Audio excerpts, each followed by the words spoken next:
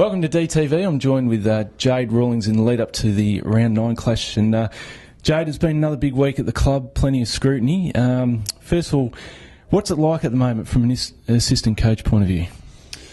Well, it's difficult because the results on the ground say that we're not winning, and there's a lot of pressure that comes with it. No more pressure than what the senior coach has been subjected to, but we have an important role to keep doing and staying the course that we set out to undertake. And yeah, it's hard when you're not getting the rewards, or the players aren't getting the rewards at the moment, but it doesn't change anything about our approach to our work. And players look to us for guidance and leadership, and if we're dragging the chain, then they certainly pick up on that. So it's been really important that the assistant coaching group are very enthusiastic, still doing their job well, coaching the players hard, but really having a strong level of optimism and positivity about us. Jade, you've been a senior coach at Richmond when you took over the position from Terry Wallace for a period there. What's it like being a senior coach, with a lot of scrutiny? How do you support Mark in this situation? You've had a little bit of a taste of it before. I mean, it's tough times. How do you go about it?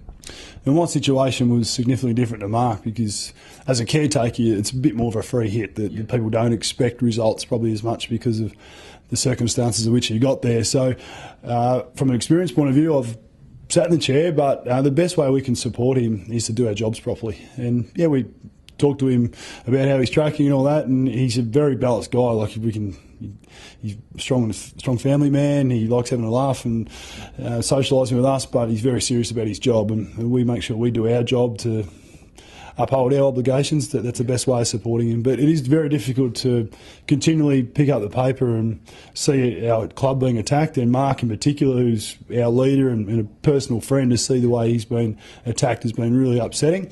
But it is the nature of the beast and the industry that we're in. So by continuing to do our job and make sure that we're upholding what he expects of us is the most important way we can support him. Yep.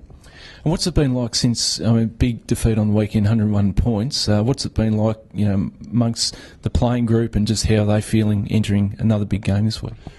Well, all you can judge is their actions and how they approach their reviews, and the one-on-ones that I've had with the backline players this week have been far from positive, but they've been honest, and the players have welcomed that. They train with a lot of spirit again today, and we're hoping that the skills and the approach they've had to their training is transferable to on the ground. That's the most important part. And so their energy suggests to us that they certainly haven't given up, but they mustn't be reading the media and the papers, because they still seem to have quite a good level of energy about them. But it's time that we really brought it to on ground and made sure that the opposition had offered a really good competitive game, which hopefully leads to our first win. Yeah. And it doesn't get any easier. Carlton, obviously they've had a loss or two in recent times, but started the season in really good form, and they're up there in the top 8 at the moment. I mean, how do you combat another big game like that this week?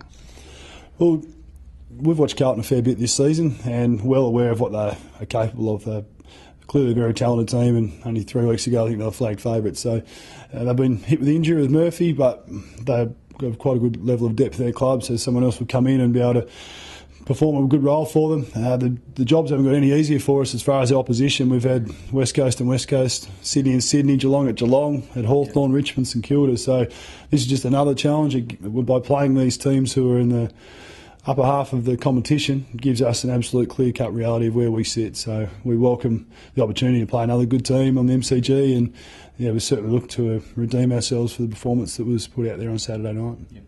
And just finally, your backline guys, what's sort of the main message you've sort of left with them for this weekend? We were just really disappointed last week. I think they've held up pretty well, defending a lot of inside 50s this year, and we've seen some improvement amongst the group and individuals, but I felt last week that they were able to score too easily against us, and a few of the guys dropped their standards that they've been able to maintain for large portions of this season. But from a positive note, I thought Colin Garland was probably our best defender. He was fantastic. Jack Watts really embraced playing backline well. He was able to get a good balance of defending, but also finding himself in a bit of space, and because of his ball use, it really helped us get out of there a few times. So a couple of positives. Tom McDonald beat Sam Reid. I thought Tom still had a few gaps in his game, but he performed okay also. But overall, I thought the guys took a backward step from last weekend. Yep. Hopefully a step forward this weekend. Best wishes. It's going to be another tough one, but be great to see how the boys go. Thanks, Bergs.